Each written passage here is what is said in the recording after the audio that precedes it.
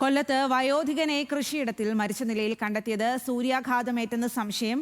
കുന്നിക്കോട് സ്വദേശി ബേബിയെയാണ് മരിച്ച നിലയിൽ കണ്ടെത്തിയത്. ശരീരമാസകലം പൊള്ളലേറ്റ പാടുകളുണ്ട്. മൃതദേഹം പുനലൂർ താലൂക്ക് ആശുപത്രിയിലേക്ക് മാറ്റി. ഷമീർ തന്നെയാണ് ഈ വാർത്തയുടെ കൂടുതൽ വിവരങ്ങൾ നൽകുന്നത്.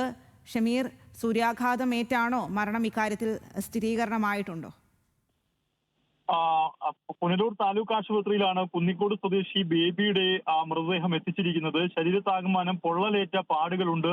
കൃഷിയിടത്തിൽ ഒരുപാട് നേരം പുനലൂർ നമുക്കറിയാം താപനില ഏറ്റവും കൂടിയ ഒരു മേഖലയാണ്. ശരീരത്ത് പൊള്ളലേറ്റ പാടുകളുണ്ട്. എന്തായാലും ആരോഗ്യ വിദഗ്ധർ ഈ മൃതദേഹം പരിശോധിക്കുകയാണ്. എന്തായാലും പ്രാഥമികമായി നൽകുന്ന വിവരം അനുസരിച്ച് സൂര്യതാപമാണ് ഇത്തരത്തിൽ ഈ മരണത്തിന് ഇടയാക്കിയതെന്ന് കരുതുന്നു. എന്തായാലും ഔദ്യോഗിക സ്ഥിരീകരണം ഇനി ആശുപത്രി അധികൃതരാണ് നൽകേണ്ടത്. ആ സ്ഥിരീകരണം വന്നിട്ടില്ല.